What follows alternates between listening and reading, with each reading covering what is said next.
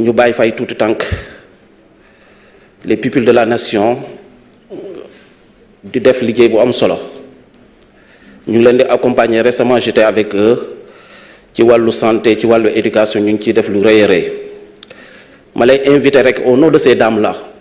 nga sóoraale lu bëri pour leur mémoire, mais pour que loolu yépp lu muy représenter nga sóoraale leen say programme.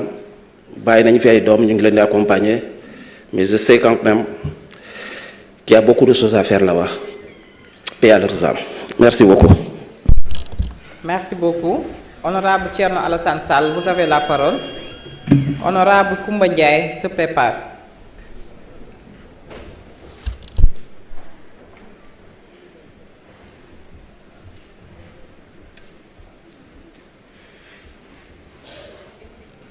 Madame la Présidente, chers collègues, Mesdames les ministres. Madame la ministre, ñëpp xam nañu Sénégalais yëpp xam nañu ni que séddale bu ngeen di séddale 5 milliards yi te tuddee ko indemnisation des victimes lu leen ci neex ngeen di doxale. dama leen di jox benn exemple bu simple et lu tax ngeen mën a def loolu da ngeen teggi mbir mi ci loxoy justice yóbbu ko seen loxo tëju seen biir. D'ailleurs ci ay meeting ak ay terrain meeting ngeen di rendre compte wala ay manifestation pour mën a doxal nu mu leen neexee. am na benn victime bu doon victime rek au sens légal et juridique du terme am na benn victime boo xam ne laaj naa ko ba la ñuy tàmbale ndax gars yi woo nañ la ndax gëstu nañ la. Sénégalais yëpp dañu gis ñu lakk këram jéem ko faagaagal Sénégalais yëpp seede ni ba muy def loolu dafa taxaw di def liggéeyam. Un avocat dans l'exercice de ses fonctions, Maître El Hadji Diouf, on a tenté de l'assassiner sous les joues de tout le monde. Et pourtant, on a brûlé chez lui. Et pourtant, à ce jour, la preuve, c'est que vos réactions prouvent que, parce qu'il appartient à un camp, parce que dafa am fu mu bokk, parce que dafa am fu mu féete woon, nekkatul victime. Donc victime yi bu féetee seen côté, comme nu ngeen di réagiré. ak lu mu mën a def donte moom moo dem lakk kër Maître El Hadji Diouf kooku nekkatul victime nekkatul coupable nekkatul criminel non kooku martyr la République les martyrs de la République ce sont les soldats qui se sont couchés à Madina Mankagne. Les martyrs de la République c'est les soldats de Babonda. Les martyrs de la République c'est bien d'autres gens et cette République est triste. Et Madame la ministre, et les étudiants, parlons des étudiants qui se sont battus hier et qui empêchaient que le procès de M. Ousmane Sonko puisse se tenir. À l'époque, c'était des héros. Aujourd'hui, les mêmes étudiants bloquent les routes pour les motifs tout à fait aussi valables pour eux,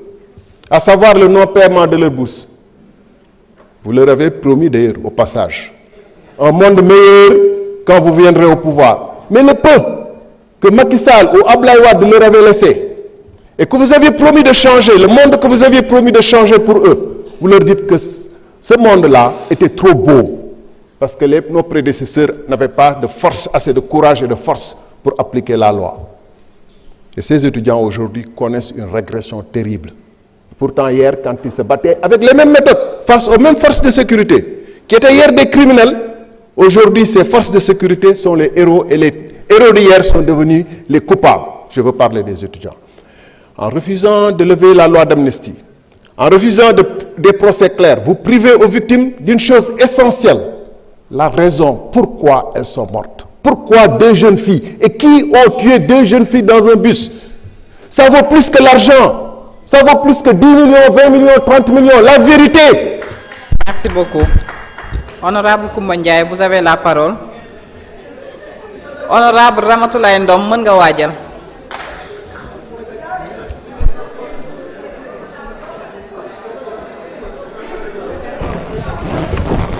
Merci beaucoup, Présidente.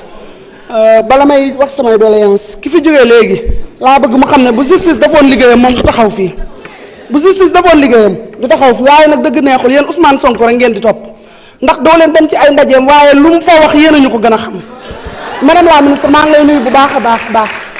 di nuyu délégué Matar Sène macha allah li nga ko dénk da koo fekk mu yore ko sama temps nag bariwul waaye nag madame la ministre ñëw naa ci yow ñëwaat naa ci yow tey maa ngi nii yaa ngi nii jigéenu Diourbel a ngi nii di ñu seetaan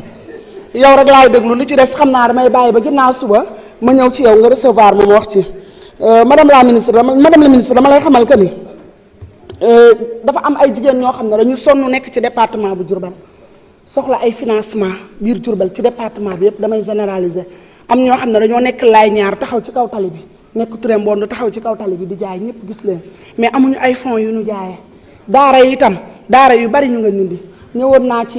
madame Marème Soda ba defoon naa fa lettre xam naa daf koo jotul moo tax tontuwuma ndax màggal yu baree bari day am foofu te màggal yooyu bu ñu sañoon di ñu ci dimbale bu baax a baax madame la ministre dafa am ñoo xam ne dañ leen a yónni wut kenn yónniwu leen ndax kenn wóoluwu leen ndax soo xoolee Thiès gënu jógee ñu yónni ñu ngi nii ñoom nag li ñu yónni lañ bëgg mu daanu mu këpp ñu taxaw di wax ak ñoom ma bëgg ñu xam ne étudiants yi lañ doon langaamu chaque jour ñu ne étudiants yi bàyyi nañ grève bi léegi martyrs yi lañ nekk di wax te ñooñu ku leen juróon yërëm leen dafa am jigéen bu taxaw fii léegi muy kee nga xam ne référence la ñun ñëpp ñu bëgg ko mu taxaw wax lu rafet am ñoo xam ne nag dañoo mel ni ñu jurut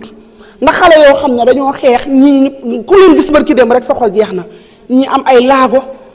yow nga yore famille ñu ne dimbaleel ñi lakk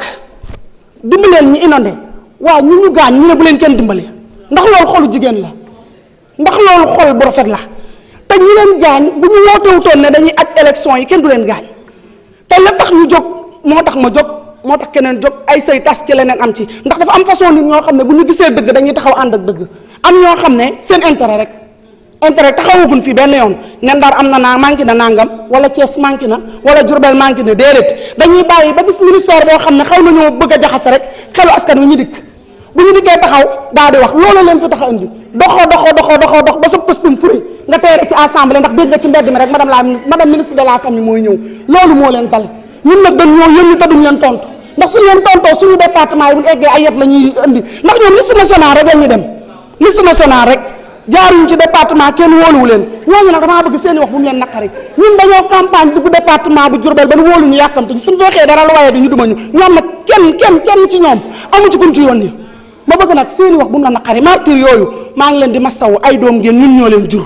ki yore famille bi moo taxaw jàppale leen budget bi benn la pour mu leer budget bi benn la ndax ku yore solidarité war ngaa mën a gis ñoo xamante ne dañoo am ay laago nga jàppale leen ñii seen wax yi bu ñu leen naqari ay rate lañu te incha allahu rabi ñu ngi woo ministre de la justice mu jóg ci seeni problème ndax ñu noppi jërëjëf honorable Ramatoulaye Ndom mën nga ñëw jël kàddu honorable Mame Diarra Bèye mën nga waajal. waaw asalaamaaleykum wa rahmatullah merci madame la présidente madame la ministre maa ngi lay nuyu ak say collaborateurs yi nga ànd ak yépp di nuyu